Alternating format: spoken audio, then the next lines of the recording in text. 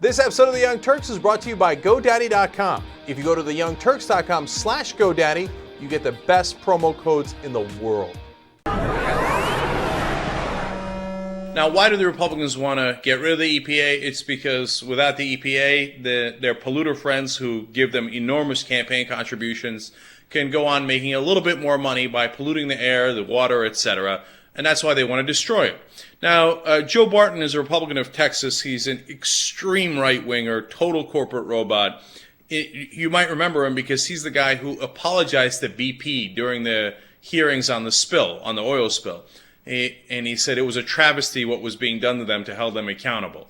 And then he got a huge flack for that because people were like, whoa, why the hell are we apologizing to the guys who just dumped millions of barrels of oil and had, all those people killed on their rig, etc., to do all of this in the Gulf of Mexico, and then our guy apologized to them, our congressman? That's Joe Barton. He gets worse. Joe Barton also said that you shouldn't do very many regulations on the environment because, quote, you can't regulate God.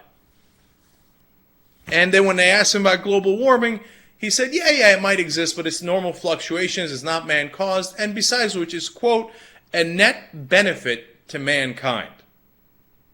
Global warming is a net benefit to mankind. Now, I give you that context to tell you that Joe Barton has been eclipsed and is seen as a moderate because so many more Republicans are to the right of him. How can you be more to the right than Joe Barton?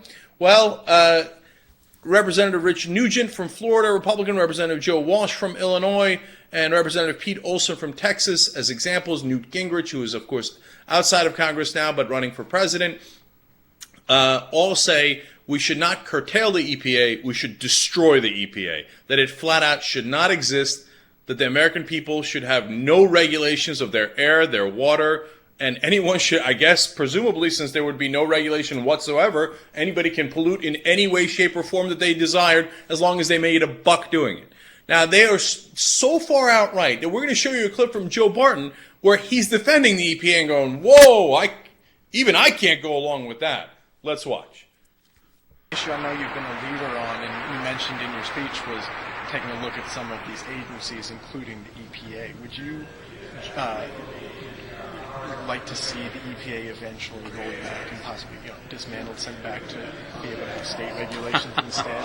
Well, there's some laws that are some issues that cross state boundaries. I'm not one that wants to eliminate the environmental protection agencies. We need safe drinking water and clean air, and those are interstate commerce issues that do require a federal agency. Having said that, that agency should work within the law. They should enforce laws that Congress passes and not create regulations literally out of thin air. That puts you on the opposite side, though, as people like Newt Gingrich, Congressman Joe Walsh, and Pete Olson, who have said, we really don't need the EPA anymore. Well, I don't want to get into a dispute with my friends. I want an environmental protection agency that's constitutional and within the law. There are some things that markets can't do, and there are some things that states can't do. You need, in my opinion, an EPA, but it needs to be an EPA that recognizes its role and lives within the statutes that the Congress passes.